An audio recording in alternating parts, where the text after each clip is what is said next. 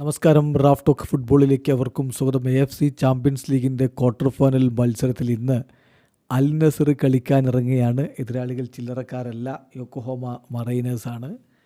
കടുത്ത പോരാട്ടമാണ് എല്ലാവരും പ്രതീക്ഷിക്കുന്നത്. ഇന്നലെ കൊറിയൻ ക്ലബ്ബായിട്ടുള്ള ഗോഞ്ചുവിനെതിരെ ഏകപക്ഷീയമായ 7 ഗോളുകൾക്കാണ് അൽ ഹിലാൽ വിജയിച്ച് കയറിയിരുന്നത്. ഇന്ന് അൽ നസറിന് അതുപോലുള്ളൊരു പ്രകടനം നടത്താൻ പറ്റുമോ എന്നുള്ളതാണ് സൗദി അറേബ്യൻ ഫുട്ബോൾ പ്രേമികൾ കാത്തിരിക്കുന്നത്. പക്ഷേ ഇതിൽ ശ്രദ്ധിക്കേണ്ട ഒരു കാര്യമുള്ളത്, മറ്റ് ചാമ്പ്യൻസ് ലീഗുകളെ പോലെ ദ്വിപാദ മത്സരമല്ല ക്വാർട്ടർ ഫൈനലിലുള്ളത്. ഏകപാദ മത്സരമാണ്. തോറ്റ പുറത്താണ്.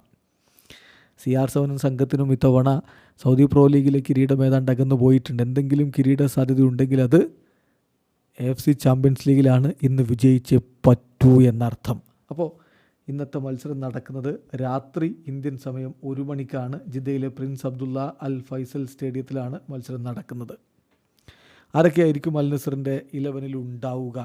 സൗദി അറേബ്യൻ മാധ്യമങ്ങൾ നൽകുന്ന വിവരപ്രകാരം ഗോൾ കീപ്പറായിട്ട് ബെൻഡോ, ഡിഫൻസിൽ ലപ്പോർട്ടും സിമാക്കനും, സെൻറ്റർ ബാക്കുമാരായിട്ട് ഇരു പാർശ്വങ്ങളിൽ സുൽത്താനും ബൗഷലും, മധ്യനിരയിൽ അൽ ഹസനും ബ്രസോവിച്ചും ഉണ്ടാകും. മുന്നേറ്റങ്ങളെ സഹായിക്കാൻ ഇരു പാർശ്വങ്ങളിലായിട്ട് മാനയും ഒറ്റാവിയോയും, ഗോളടിക്കാൻ ക്രിസ്ത്യാനോ റൊണാൾഡോയും ജോൺ ഡ്യൂറനും ഒരുമിച്ച്. ഇതാണിപ്പോൾ ലഭ്യമാവുന്ന 11.